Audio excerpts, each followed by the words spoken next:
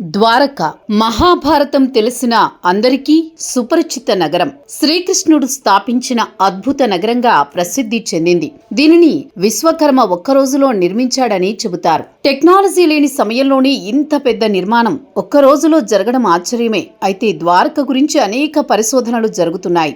ఈ క్రమంలో ఇటీవల నగరాన్ని గుర్తించారు. దీనిపై పరిశోధనలు జరుగుతున్నాయి. పురాణ కారణాల ప్రకారం చూస్తే గాంధారి శాపమే ద్వారక నాశనానికి ప్రధాన కారణమని మహాభారతం పేర్కొంటోంది. కురుక్షేత్ర యుద్ధంలో యుద్ధ నిబంధనలు ఉల్లంఘించినందుకు, ఇచ్చిన మాట తప్పినందుకు గాంధారి శ్రీకృష్ణుణ్ణి నిందించింది. ఆయన వంశస్థులు ఒకరినొకరు చంపుకుని రాజ్యం నాశనం కావాలని శాపించింది. యాదవులు మద్యపానం చేసి కొట్టుకుని కర్మ ఫలితంగా నగరం సముద్రంలో మునిగిపోయింది. సుమారు 5,000 సంవత్సరాల చరిత్ర ఉన్న ద్వారక గురించి గుజరాత్ తీరంలో ఏఎస్ఐ మెరైన్ ఆర్కాలజీ పరిశోధనలు జరుగుతున్నాయి. సముద్ర గర్భంలో నీటి అడుగున గోడలు, పిల్లర్లు, ఓడరేవు ఆధారాలు కనుగొన్నారు. క్రీస్తు పూర్వం 3102, 3150కి చెందినవిగా కార్బన్ డేటింగ్ ధృవీకరించింది. నగరం పూర్తిగా నాశనం కావడంతో ముట్టుకోవడం ప్రమాదకరం. అందుకే రీసెర్చ్ జాగ్రత్తలతో జరుగుతోంది.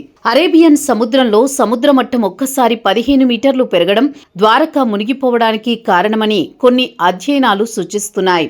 ఐస్ కరిగినట్లు ఎల్జిఎం లాస్ట్ గ్లేసియల్ మాక్సిమం కారణంగా ఈ క్రైసిస్ ఈవెంట్ బార్బడోస్ వద్ద కనిపించాయి. ఇది పురాణ కర్మ సిద్ధాంతంతో సమన్వయం చేస్తూ సహజ విపత్తులు కలిసి పనిచేశాయని చూపిస్తోంది.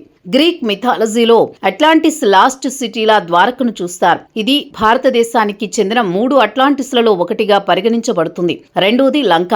రామాయణం, మహాభారతంతో మ్యాచ్ అవుతూ కర్మ ఫలితాలు సహజ ఆగిపోకులతో మునిగిపోయినట్లు విశ్లేషణలు ఉన్నాయి. ఇది మన జీవితంలో తెలియని రహస్యాలెన్నున్నాయో తెలియజేస్తుంది.